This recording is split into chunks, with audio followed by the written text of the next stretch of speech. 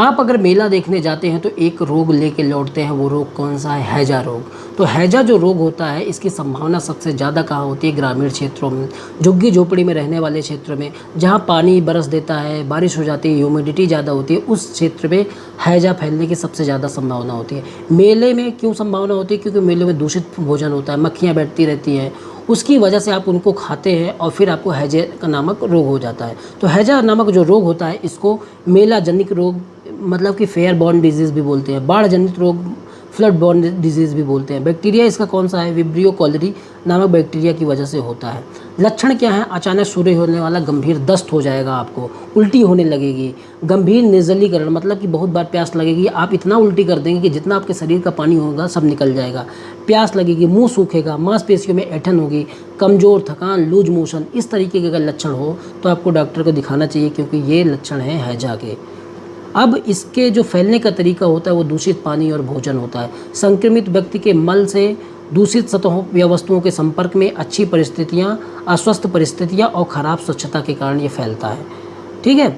और इसके वाहक कौन से हैं? हाउस फ्लाई जो घरेलू मक्खी होती है, एक खाने से दूसरे खाने में या कहीं कहीं गंदी जगहों पर बैठती है, फिर आपके खाने में बैठती है, उसकी वजह से फैलता है, जिसको मस्का डोमेस्टिका बोलते हैं। इंसेक्ट बॉर्न भी है कि अगर वो कोई कीड़ा है, वो गंदी जगह में बैठा और फिर वो आपको काटता है, आपके पास बैठता है, आपके खाने में बैठता है, तो उसकी वजह से भी ये फैलता है। ठीक है। निदान क्या है? मल के प्रयोग की जांच की जाती है, रैपिड डिपस्टिक टेस्ट होता है, लक्षणों का जो लक्षण है उसका रोज़ उसका मूल्यांकन किया जाता है।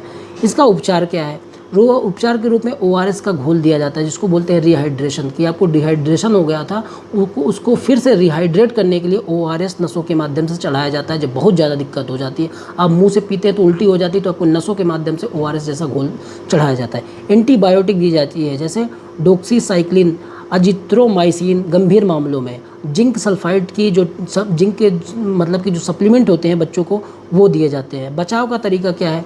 साफ़ पानी, साफ पका हुआ भोजन, नियमित रूप से हाथ धोना, वैक्सीन डुकोरॉल और स्केमेरोल, ये सब वैक्सीन दी जाती हैं। खुले में शौच ना करें, इसकी भी सलाह आपको दी जाती है। ठीक है। जोखिम क्या है? बाढ़ या प्राकृतिक आपदा अगर हो जाती है, उसके बाद जो पानी दूषित हो जाता है उसकी वजह से होता है। कमज़ोर रक्षा प्रणाली होती है, अस्वस्थ और भीड़ भाड़ वाले इलाके हैं, अगर वहाँ आप जाते हैं, वहाँ का खाना खाते हैं, तब वहाँ पे जहाँ स्वच्छता नहीं होगी वहाँ पे इस तरीके का जोखिम बढ़ जाता है। तो आपने जान लिया हैजा के बारे में।